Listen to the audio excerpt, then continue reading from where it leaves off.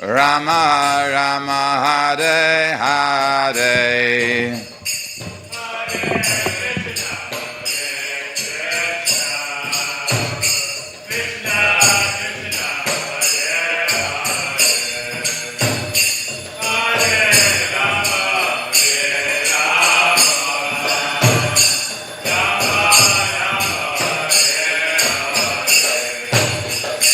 Hare Krishna, Hare Krishna, Krishna Krishna, Hare Hare, Hare Rama, Hare Rama, Rama Rama, Hare Hare.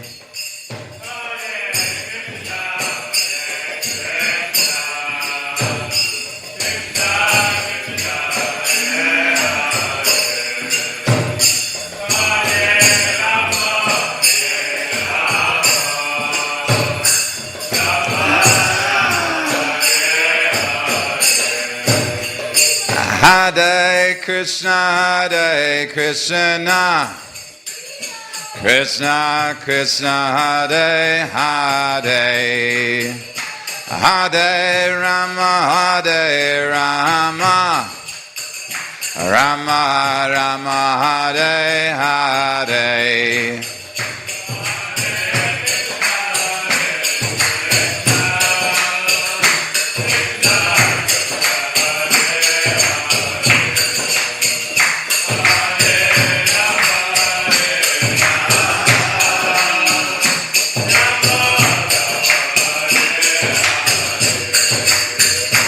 Hare Krishna, Hare Krishna, Krishna Krishna, Hare Hare, Hare Rama, Hare Rama, Rama Rama, Hare Hare.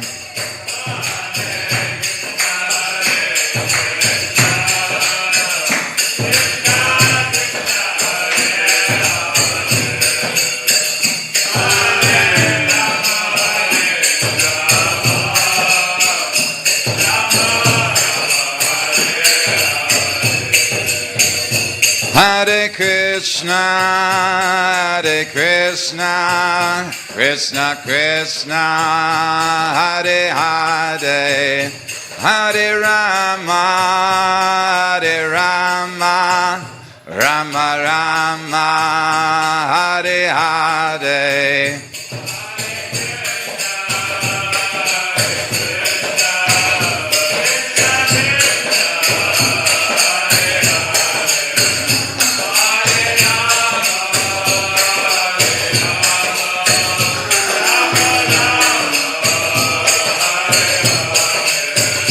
Hare Krishna, Hare Krishna, Krishna Krishna, Hare Hare, Hare Rama, Hare Rama, Rama Rama, Hare Hare.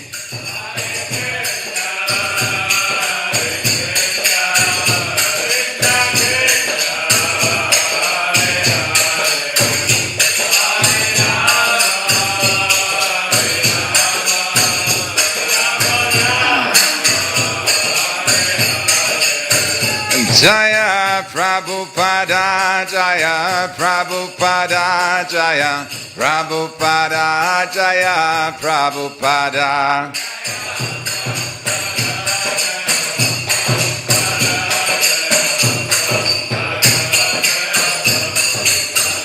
Prabhupada, Prabhupada, Prabhupada, Prabhupada.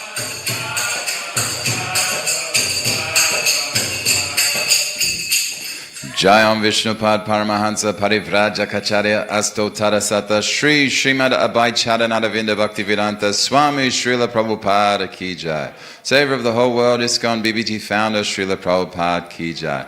Srimad Grantaraj Srimad Bhagavatam Ki Jai. Harinam Sankirtan Yagya Ki Jai. Srila Prabhupada Ki Jai. Nitai Gaur Premanandi Hari Hari Bol.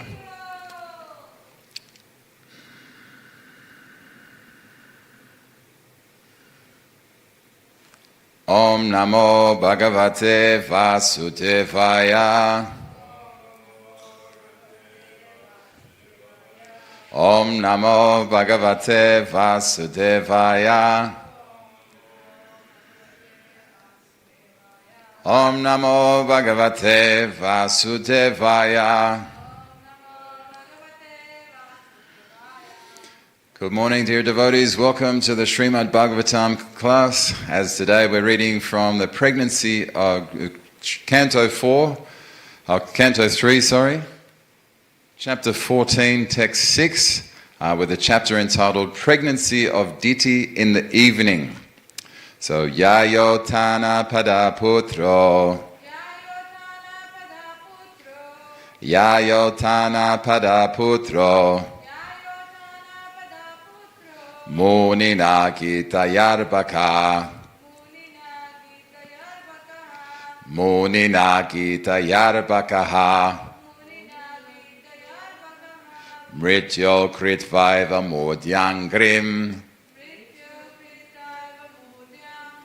Mrityo Kritvaiva Mudyangrim. Aruroha Hare Padam. Aruroha Hare Padam. Yayotana Pada Putro. Munina Gita Yarbakaha. Mrityo Kritvaiva Mudyangrim. Aruroha Hare Padam. Yayotana Pada Putro. Munina Gita Yarbakaha. Mrityo Kritvaiva Mudyangrim. Aruroha Hare Padam. Yayotana Pada Putro. Munina Gita Yarbakaha. Mrityo Kritvaiva Mudyangrim. Aruroha Hare Padam. Repeatedly, please. Yayotana Pada Putro. Munina Gita Yarbakaha. Mrityo Kritvaiva Mudyangrim. Aruroha Hare Padam. Yayotana Pada Putro. Munina Gita Yarbakaha. Mrityo Kritvaiva Mudyangrim. Aruroha Hare Padam. Yayotana Pada Putro. Munina Gita Yarbakaha. Mrityo Kritvaiva Mudyangrim. Aruroha Hare Padam. Ladies, please.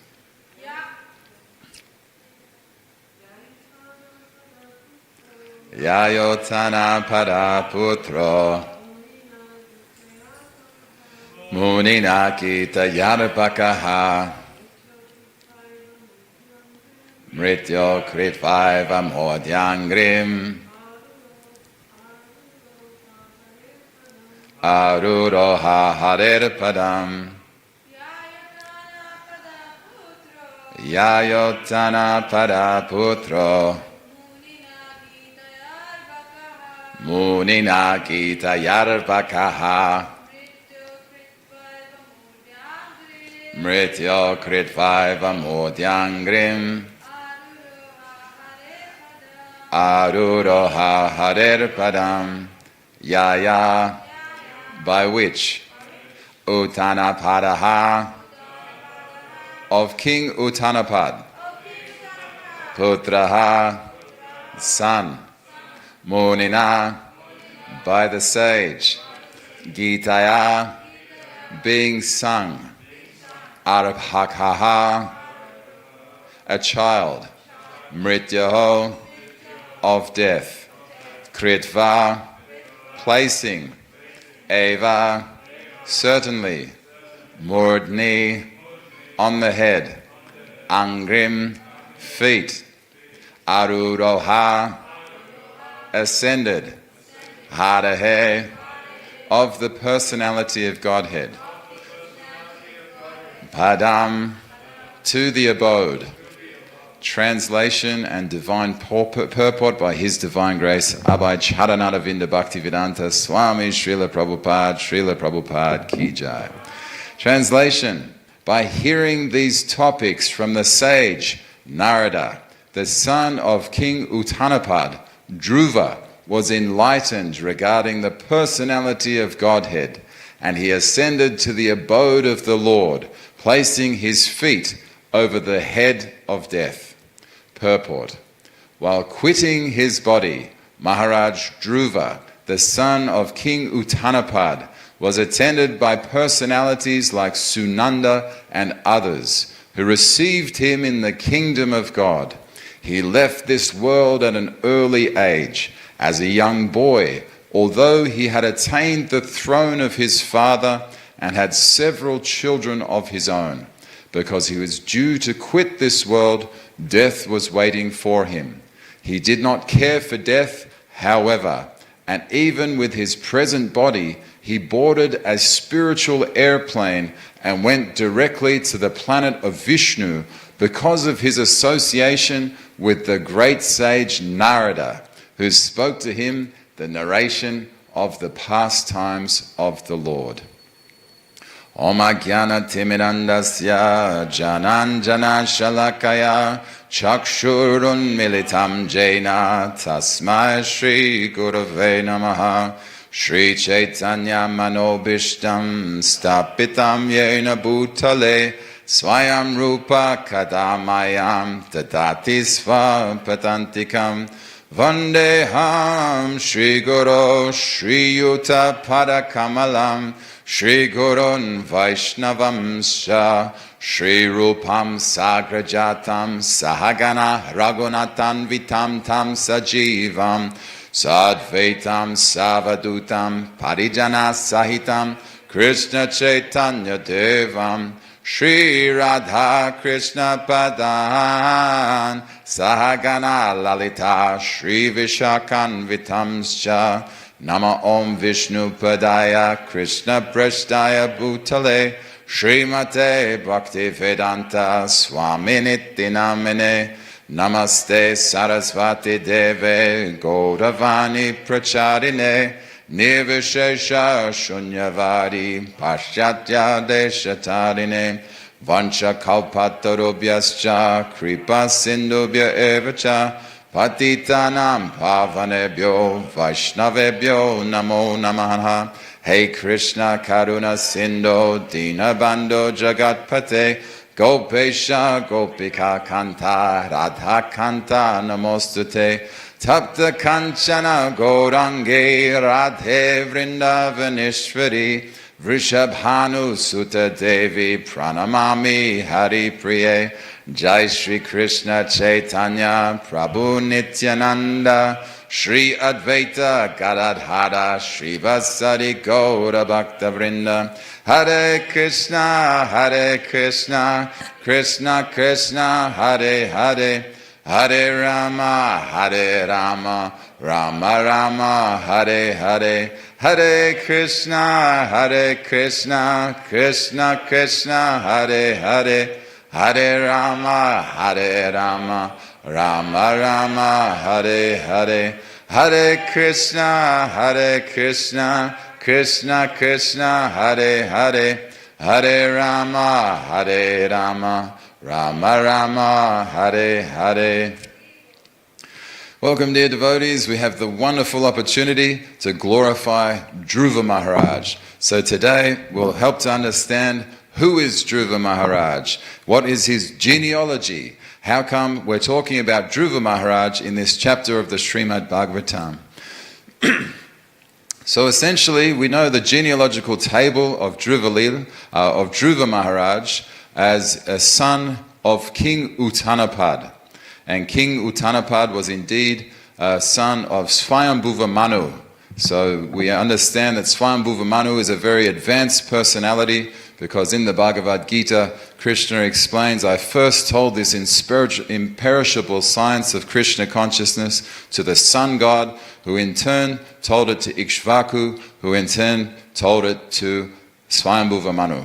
And we also know the Manu Samhita is a very beautiful book teaching people how to behave in the Brahman, Kshatriya, Vaishya and Shudra class, as well as the Sannyas, Vanaprastha, Grihastha, and Brahmachari ashram. So Manu Samhita, very important literature. So here King Uttanapad had two sons, Uttam and Dhruva. So we know that Uttanapad had a favoritism to his second wife, Suruchi. So Suruchi was the mother of Uttam, and Suniti was the mother of Dhruva. So Dhruva Maharaj, before his enlightenment, which at a young age he was very spiritually advanced, however, he still had material desires. So Dhruva's biggest desire was he wanted a kingdom greater than his own father, and indeed a kingdom greater than even Lord Brahma, the first person of this universe. So Dhruva was from the warrior class, so he had a very fiery personality. So essentially, Dhruva Maharaj came to this scene where King Uttanapad is sitting on the throne, and then his favorite son, Uttam, is sitting on his lap, and he's showering love and affection and adoration to Uttama.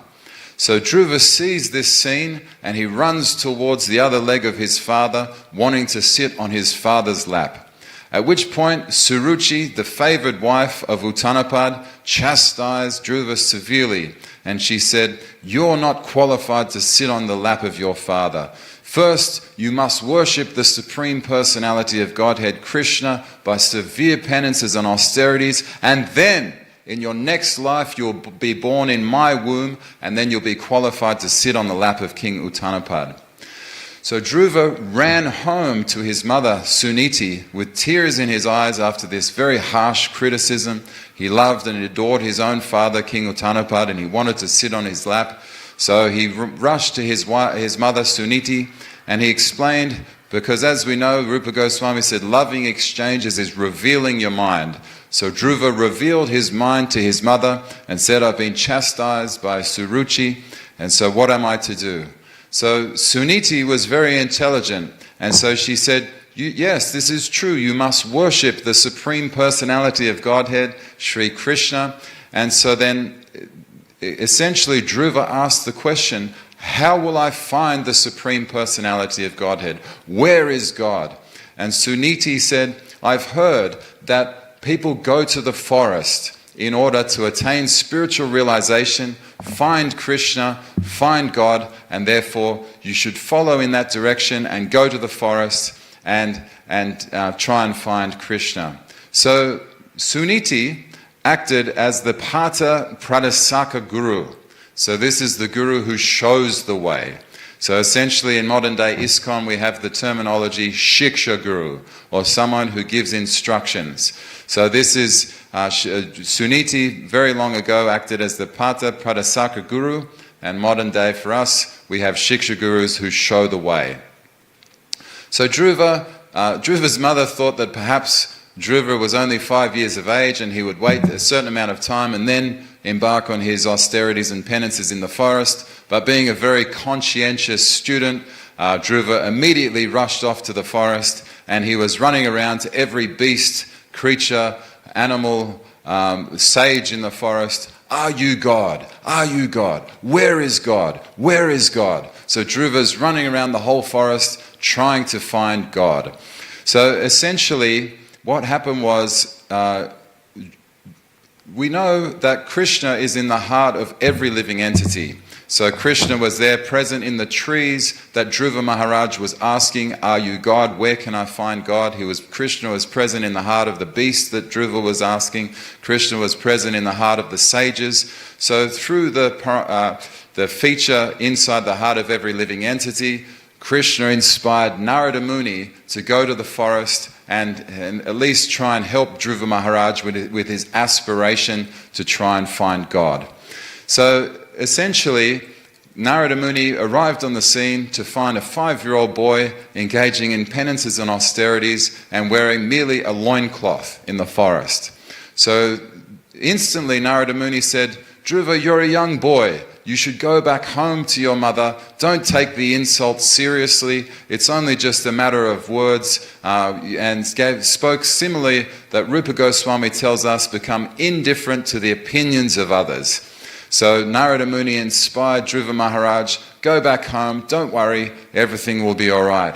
And Dhruva Maharaj, even at the age of 5, is a very fiery, warrior-like personality. And he said, if you can't give me a kingdom greater than my own father's, or indeed greater than Lord Brahma's, then you go home. I don't want to see you. So this is Dhruva's mood when approaching his guru, Narada Muni, for the first time. But we understand that no mantras were given. It was before the Harinam initiation of Dhruva that he challenged his own guru, you go home. Because he had this strong desire to have a kingdom greater than his own father and indeed greater than Lord Brahma. So Narada Muni felt compassion. As we know, the gurus have a great compassionate nature because they meditate on Krishna. They've had a lot of association with Krishna through the holy names, so they are very kind and very compassionate. So Narada Muni thought that idea of sending Dhruva back home probably won't work, so I need to think about another strategy. So Narada Muni spoke to Dhruva Maharaj about jnana yoga, teaching him to sit down, to breathe, doing the yoga asanas, told him the whole eightfold yoga path, which we see there in the Bhagavad Gita, chapter 6, jnana yoga, the whole eightfold yoga path, including yama, niyama, do this, don't do that, and finally reaching samadhi by meditating on Krishna inside the heart. So Narada Muni inspired Krishna, gave Dhruva Maharaj this instruction on practicing yoga, and then so he also gave him a mantra which we chant every day at the start of the Bhagavatam class, Om Namo Bhagavate Vasudevaya. So as a result of hearing the instructions from Narada Muni, Dhruva became very inspired and determined to follow this path of dhyana yoga to practice Krishna consciousness. So it's important to realize here that Dhruva Maharaj had material desires. He wanted a bigger kingdom than his own father and Lord Brahma. So essentially, that didn't disqualify him from getting Krishna's mercy. It didn't disqualify him from receiving a spiritual master who could guide him in the proper way and teach him the process of Krishna consciousness despite still having a material desire. And hopefully, as all guru takes on a disciple, can guide them in their relieving them from their material desires and attempting to fulfill in their hearts or immerse them in the desire for Krishna consciousness. So Dhruva's austerities and penances in the forest were very severe and very harsh. Even for an experienced Vaishnava transcendentalist, we hear what Dhruva did, and it was astonishing. In his first month of austerities and penances, Dhruva subsided or consumed exclusively fruits and berries. And this was only once every 3 days. And then in the second month, Dhruva would collect dried leaves and dried grass and then eat this only once every 9 days. And then in the third month, Dhruva would only drink water, and that was only once every 12 days. And then in the fourth month, Dhruva would only breathe once every 15 days.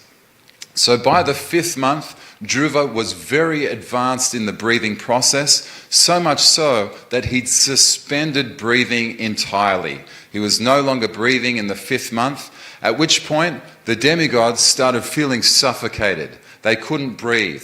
Essentially, Satsvarup Goswami Maharaj gives the example of an aeroplane. Whilst flying, it has unit force, its own force, as well as the force of the passengers on the airplane as well. So an airplane with 100 passengers and it hits the side of a mountain will have a greater force than an aeroplane that flies in a mountain with no passengers. So this is a way of explaining that Dhruva Maharaj, very advanced devotee, meditating on Krishna inside the heart, suspended his breathing, and the demigods started feeling suffocated as well. So the demigods approached Vishnu and said, one of your devotees is causing us to choke. We can't even breathe. You have to go there and be with Dhruva and give him instructions, because his penances and austerities are so great and so severe.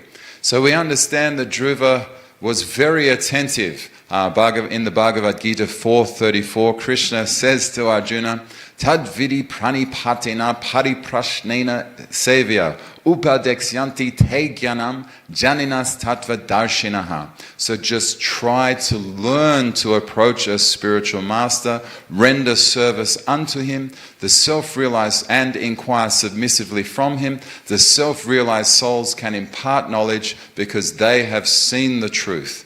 So Dhruva Maharaj was very attentive to his spiritual master Narada Muni's instructions, and he very strictly followed this eightfold yoga path, and then he attained spiritual perfection by suspending his breathing in the 5th month, at which point and then in the 6th month he was able to meditate on Vishnu in his heart. So he saw perfectly Lord Vishnu, which had been described to him by Narada Muni. You'll see Vishnu with a beautiful shining face. You'll see the conch shell, the flower, the club, and the wheel. And you'll see that he's incredibly beautiful, and he's effulgent and radiant, and every movement that he makes is so wonderful and glorious. So this is the beauty described of Sri Krishna, Vishnu, to Dhruva Maharaj.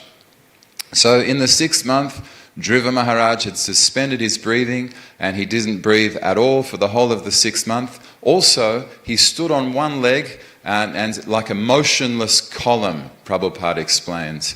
So Dhruva Maharaj is standing there on one leg, and then as if struck by a lightning bolt, his vision of Krishna inside his heart was gone. And then so Dhruva Maharaj felt this tremendous fear, this tremendous astonishment. What's happened? I was meditating on Krishna, and now Krishna is gone.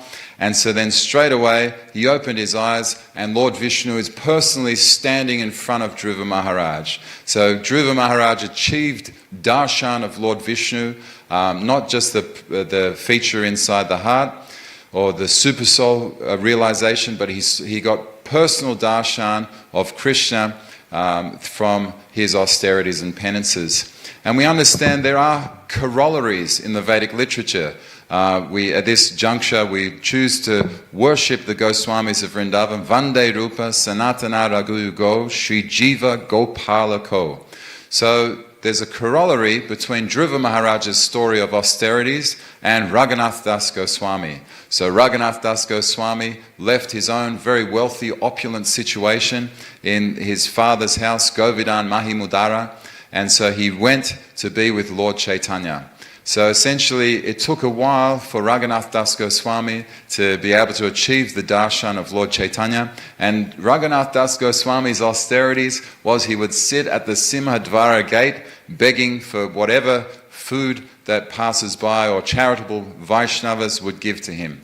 And then so he became quite famous. Everyone could see, oh, there's Raghunath Das Goswami. He's very effulgent. He's very beautiful. So then he started being showered with so much money again. And his own father, Govardhan Mahimudara, sent personal emissaries to give Lakshmi to Raghunath Das Goswami while he's sitting at the Simhadvara gate.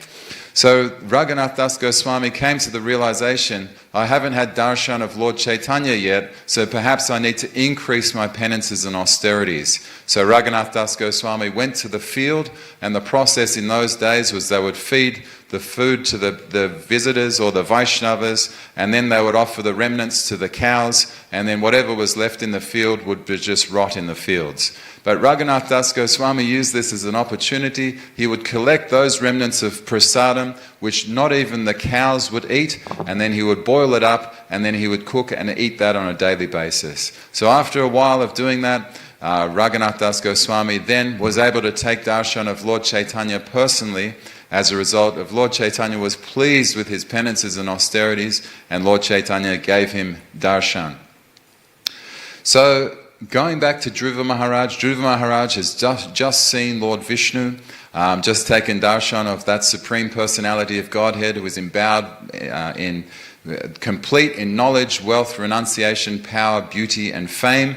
And so then Vishnu said to him, I'm very pleased with your austerities, I'm very pleased with your penances, but I wish you to go back to your home, and therefore you could alleviate the stress and tension of King Uttanapad. Because King Uttanapad is now feeling tremendous remorse, tremendous grief. Why didn't I stop my 5-year-old son from going to the forest? Has he been eaten by a jackal? Is he now stuck in a cave as a result of a demon putting a stone across the cave? What has happened to my son? There's no communication via iPhones or email or anything like that in those days. People relied purely on face-to-face interactions. So Dhruva had no way to communicate to his father that he was safe, and so his father was feeling this tremendous remorse, tremendous grief as a result of his son going to the forest for austerities and penances. And we see the same situation in Ram Leela. So King Dasharath had 2 wives, Kaikeyi and Kaushalya, and so Kaikeyi was that wife who became under the influence of the external energy of the Lord, and therefore became friends with Mantra, who deceived her and told her that you should ask your husband Dasharath for 2 boons, one being the banishment of Ram to the forest, and secondarily Bharat would be the king of Ayodhya. So Kaikeyi went to Dasarath, demanded these 2 boons would be taken up, and then so that is what happened. Ram was banished to the forest, and Dasharath, as soon as Ram left with Sita and Lakshman, he felt to himself, what have I done? Fell into so much tremendous grief, so much anxiety, so much suffering and so much sadness, and tears were welling from his eyes, and he left this world very shortly after that as a result of the grief from Ram leaving. So Uttanapad actually had the great fortune of Dhruva coming back. Dhruva came back to Uttanapad, and Dhruva paid obeisances to King Uttanapad firstly, and secondly to his stepmother Suruchi, who had advised him to engage in austerities and penances to the Supreme Personality of Godhead. So then there's a tremendous scene where Uttanapad is sniffing the hair, hugging, embracing, loving and adoring Dhruva Maharaj. But before we go on, there's one, when Dhruva Maharaj had personal darshan of Lord Vishnu, there's a beautiful painting that's very famous, and it's described in the Srimad Bhagavatam, where the Supreme Personality of Godhead, Sri Vishnu, got his conch shell and placed it on Dhruva Maharaj's head, bestowing a tremendous blessing, tremendous mercy on Dhruva Maharaj as a result of his austerities and penances.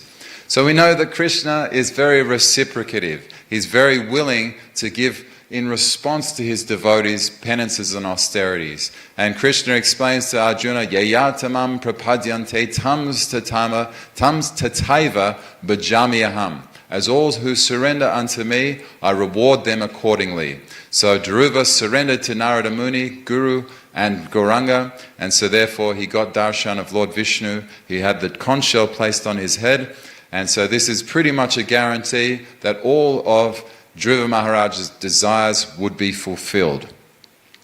So Dhruva Maharaj went back home to King Uttanapad. He had this beautiful scene, and then King Uttanapad realized that Dhruva Maharaj had changed now. No longer was he this materially desirous young boy who wished to have a great kingdom. He was now a boy who was completely Krishna conscious.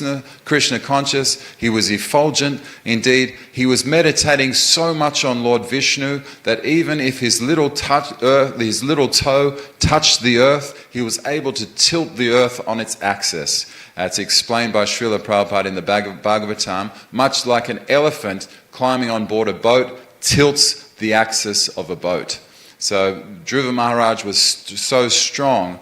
And so this is an example for us. When we chant the Hare Krishna Mahamantra, we become more Krishna conscious. Krishna can bestow his power, his mercy, his fame, his knowledge, his beauty upon the devotees.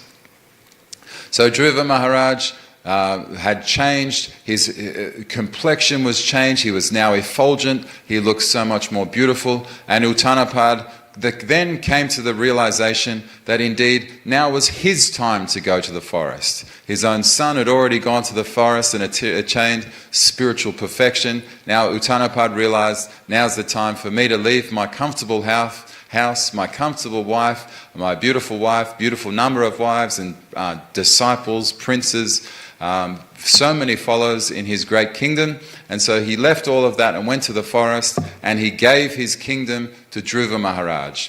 Because as we know from chapter 15 of the Bhagavad Gita, we are simultaneously one with and different from Krishna. So Krishna is independent. So we also have this independence in a minute quantity. So our independence is we can have desires. So Dhruva Maharaj had the desire for a kingdom greater than his own father.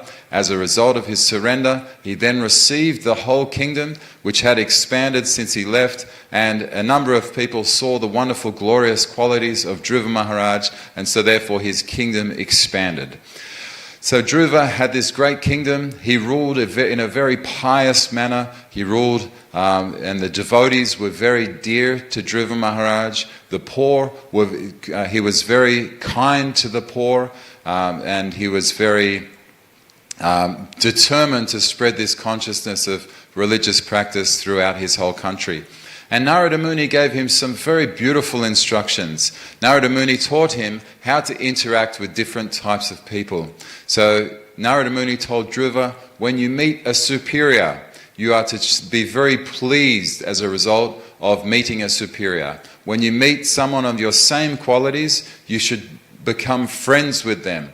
And when you meet someone who's inferior to you, show them kindness and compassion. So that was Narada Muni's teachings to Dhruva, how to interact with different types of people. So from this story of Dhruva Maharaj, we can understand that it's very wonderful. We should find ourselves incredibly grateful to hear these beautiful stories of the past times. As yesterday, the text of Bhagavatam explained that even if we hear the war stories of Krishna, they can help us become free from birth, sickness, old age and death. So we hear these stories with the motivation that one day we can become free from birth, sickness, old age and death, and have our eternal position as an atom at the lotus feet of Sri Krishna. So Dhruva Maharaj became the king. He ruled for 36,000 years because this is a different yuga and people lived much longer lives. But even 36,000 years was quite a minute fraction of the 100,000 year lifespan of an individual. And Dhruva, he ruled very kindly, he ruled very compassionately, and finally came his time to leave his opulent kingdom, his beautiful wives, and his amazing retinue of servants, princes, friends, well-wishers, and again go to the forest and practice this process which had been instructed to him by Narada Muni. And Narada Muni accepted Dhruva Maharaj as his disciple, and Narada Muni has some wonderful devotees or disciples. We understand that Narada Muni also accepted Prahlad Maharaj and Revati the hunter. There was a hunter and Narada Muni accepted him as a disciple. So now Dhruva Maharaj had desired to go to the forest, so he went back to the forest, sat in his yoga postures, did the breathing process, worshipped Krishna within the heart, and then he started feeling this tremendous ecstasy. So tears started falling from his eyes like torrents of rain. His hairs standed up on end. His breathing started breathing very fast, and he started perspiring very profusely. And at that moment, death personified approached Dhruva. So Dhruva was approached by death personified, and this is the time where Sunanda is mentioned in this purport, was instructed by Vishnu, you save Dhruva Maharaj from the wicked hands of death, and so now you protect him and go down there with an aeroplane and pick him up. So this is what this purport is explaining about. Dhruva Maharaj stood on the head of death personified. He climbed up on his shoulders, stood on his head, and then climbed up onto this Vaikuntha aeroplane to go back home to Vishnu Loka with Sunanda and Nanda, and they had the same appearance as Lord Vishnu. They were so beautiful and so knowledgeable, being in so much intimate association with Vishnu in Vaikuntha Loka. So Dhruva Maharaj stood on the head of death personified. He climbed aboard this aeroplane. Now it's very important to understand that if we read the Brahma Vaivarta Purana, it explains that Srimati Radharani also has an aeroplane. So Srimati Radharani became very angry as a result of Krishna leaving her association and going to Vairaja Kund. There's a gopi in Vrindavan by the name of Vairaja, and Krishna left Radharani's association and went to Vairaja Kunj. So Radharani, she has an aeroplane as described in the Brahma Vaivarta Purana, and this aeroplane is a very special aeroplane. It can fit 360 million gopis can fit in Srimati Radharani's aeroplane, as well as it's explained there's mountains, there's rivers, there's lakes, there's oceans that can fit inside Srimati Radharani's aeroplane.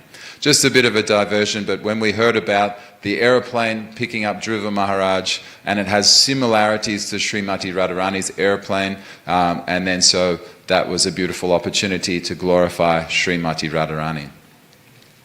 So Dhruva boarded this aeroplane and he went back to Vishnu Loka, and indeed his first desire was fulfilled, to have a kingdom greater than his own father. But his second desire was to have a kingdom greater than Lord Brahma. So Dhruva took darshan of Vishnu, and Vishnu said, I've heard your desire to have a universe greater than Lord Brahma, so I've decided to give you the pole star.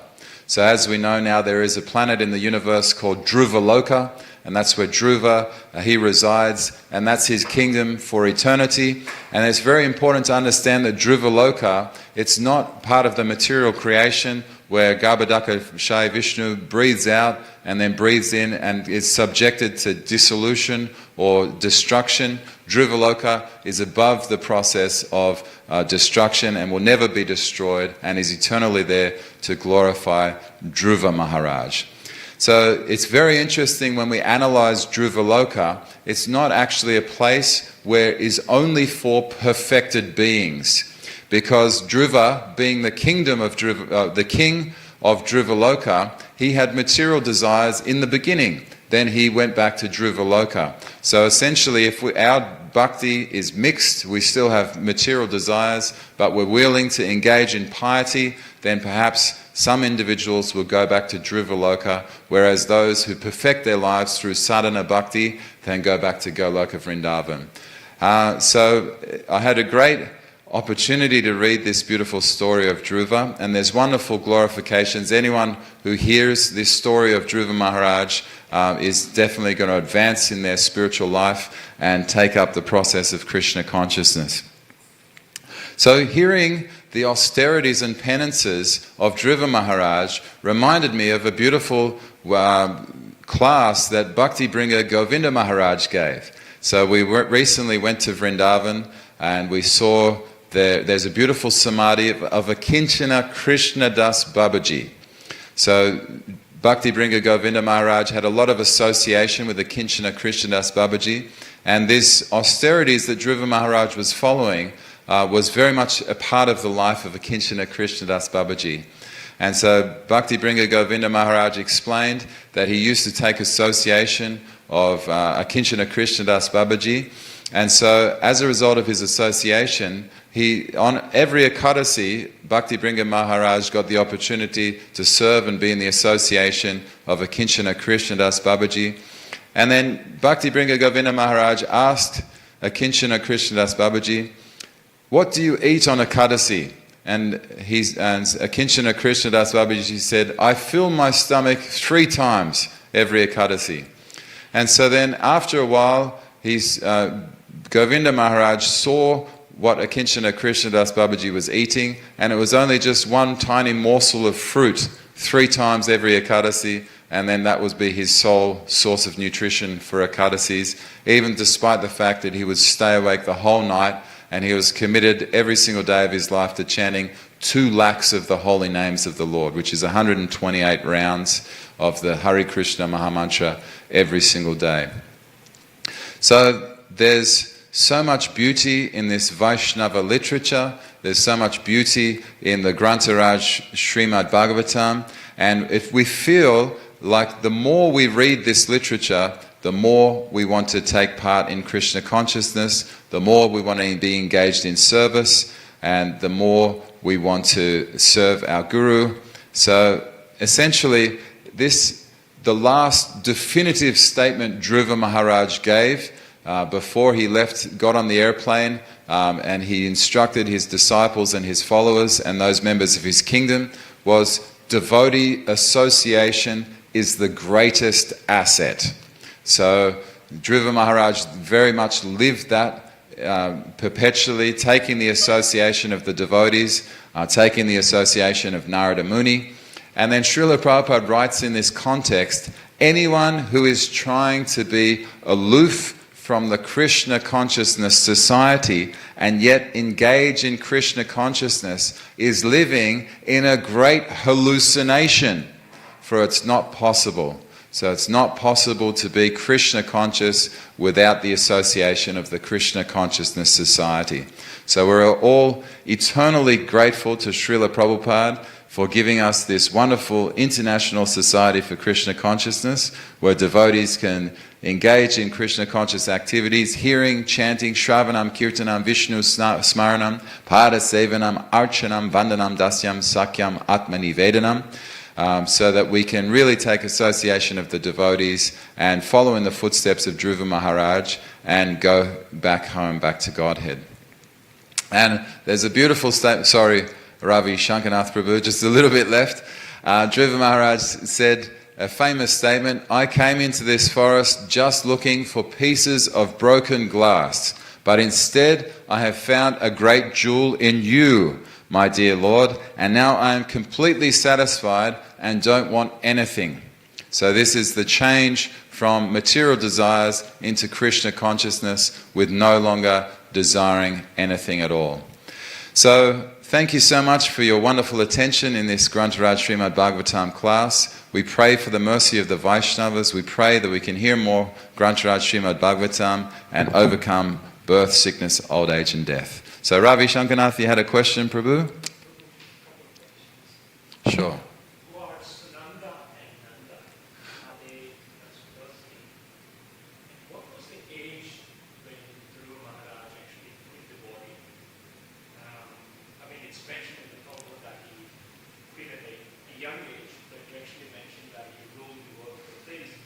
Yeah. And how can there be any poor people in this great kingdom like Dhruva? Yeah. Well, they're great questions. Thanks so much for Ravi Shankar, Anath Prabhu. And I actually knew you were going to ask that question. I knew you were going to ask the question about, and it's something that confounded me as well. So I'm looking at your second question, but perhaps the sequence you gave me is probably how I should follow. Who are Sunanda and Nanda? So they're associates in Vaikuntha planets of Lord Vishnu. So there's not a lot of detail about them other than they're intimate associates of Lord Vishnu, very highly advanced servants of Lord Vishnu in the Vaikuntha planets. Now the second question, how old was Dhruva? Like you said, in the purport today it said Dhruva left at a very young age to go back home, back to Godhead. Then in my studies I read on Satsvarup Goswami Maharaj said that he ruled the earth for 36,000 years.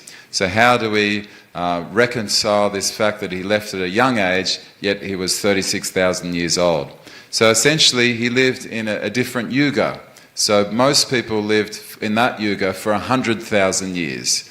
So now he left at a young age means 36,000 years. So for us, and relativity to us, we think, wow, 36 to us kind of seems middle-aged, and 50 seems old age, 70 seems very old age, which is what Srila Prabhupada said. But in a different yuga, people lived for 100,000 years. So even in that context, he left at an age of 36% of what average people leave.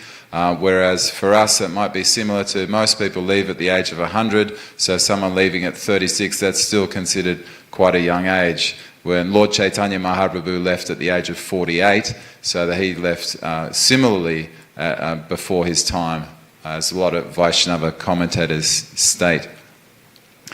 And then, sorry, what was your final question? How can we live like poor citizens in a great kingdom like Guru Maharaj? Yeah.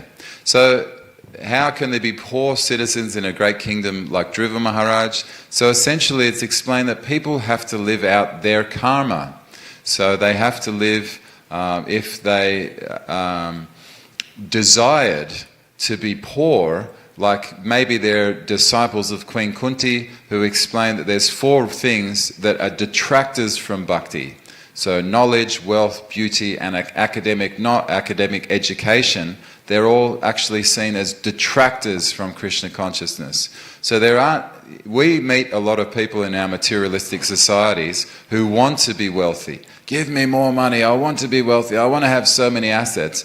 But there's also spiritually advanced people that want to be poor, like Raghunath Das Goswami. He could have stayed with his father, Govardhan Mahimudara, and lived that life of an opulent king in a very opulent kingdom, but he chose to be poor and live an austere life in order to please God. Similarly, one of our acharyas, Bhakti Siddhanta Saraswati Thakur, he was in a very well-to-do family. His father was a magistrate, and he had a lot of material opulence by Bengali standards, and so he could have lived that life, but he chose to live the life in a thatched roof hut with cow dung floors, and living very simply by going to the river, getting his water, and subsisting on whatever grains he was able to beg. Same situation, Sanatan Goswami, he abandoned the life of a Mohammedan in the Mohammedan government, which he was given gold coins as a result of his position. He abandoned that, and he became, or is eternally, the presiding feature of the Madan Mohan temple, and he lives by subsisting by begging. So Krishna reciprocates with our desires. Even if we're in an opulent kingdom, that doesn't necessarily mean our prayer would be to be more opulent. So Dhruva Maharaj's subjects, they would have had the desire to be poor, so they weren't encumbered with material contaminations. And there's a beautiful statement that I read of Srila Prabhupada: the more we think we possess in terms of material objects, the more material desires we have. So there's this correlation with how much material things that we think we have, and then our material desires, because ultimately it's Sarva Loka Maheshwaram. So Krishna owns everything. So someone could indeed be wealthy, like Srila Prabhupada. At one point he owned 108 temples all around the world, numerous farm projects, numerous restaurants, and his personal wealth could have been so much, but Prabhupada always emphasized, this is Krishna's. It's Krishna's house, it's Krishna's temple, it's Krishna's farm property, so therefore his material desires didn't increase. So I hope that's answered your question. Wonderful. So would anyone else like to make a comment? Baba Vibhushana Prabhu?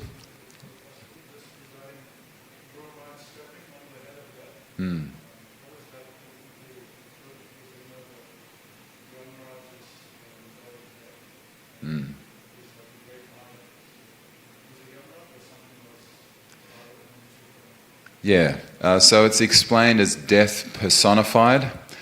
So yes, indeed, that is Yamaraj personally came, and much like the situation of Prahlad Maharaj, Ambarish Maharaj at the time of death was calling out, Narayana, Narayana. And so then rather than being visited by Yamaraj and the Yamadutas, then Ambarish Maharaj was visited by Vishnu and the Vishnu Dutas. So in this same situation, Dhruva Maharaj is visited by Vishnu in the form of Sunanda and Nanda. to take him back to Vishnu Loka. Therefore, he didn't have to suffer the consequences of Yamaraj. Because as you can see, Dhruva Maharaj had some material desires. We know that Srila Prabhupada is eternally perfect, so he never had any material desires. So there's a difference between him and Dhruva Maharaj, because he actually had the material desires, which is the reason why he's kind and compassionate for those individuals who still have some errors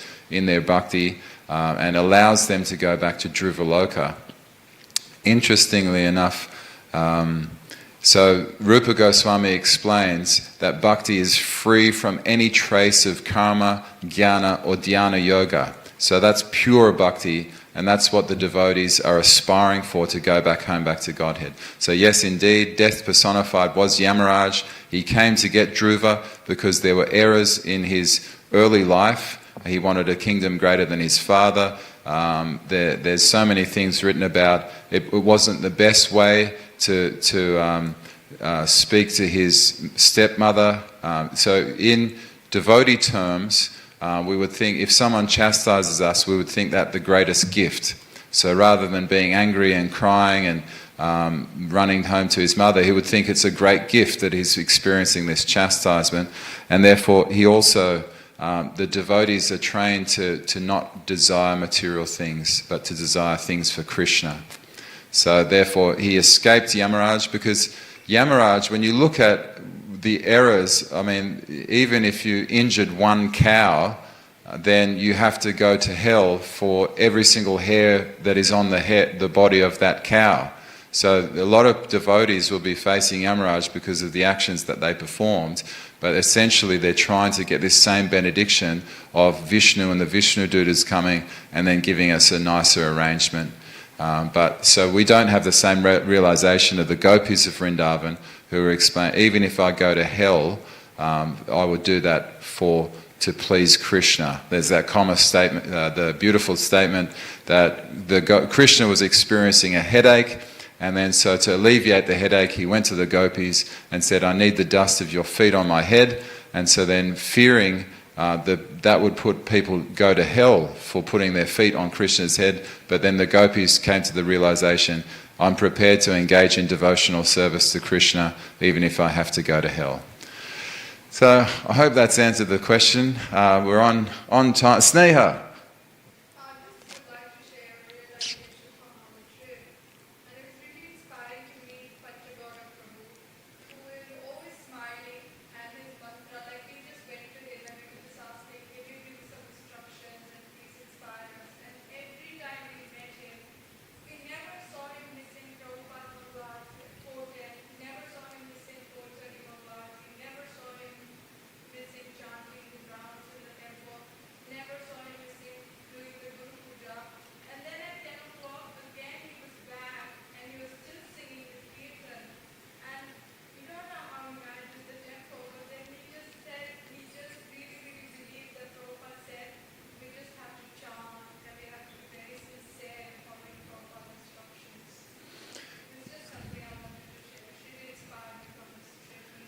Yeah, it's a beautiful realization. There are a lot of devotees or disciples of Srila Prabhupada who are active in devotional service, and a wonderful great leader like Pancha Gaura Prabhu. And he really emphasized Shravanam Kirtanam, hearing and chanting of the holy names of the Lord. And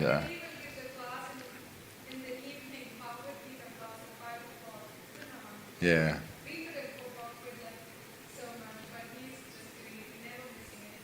Yeah.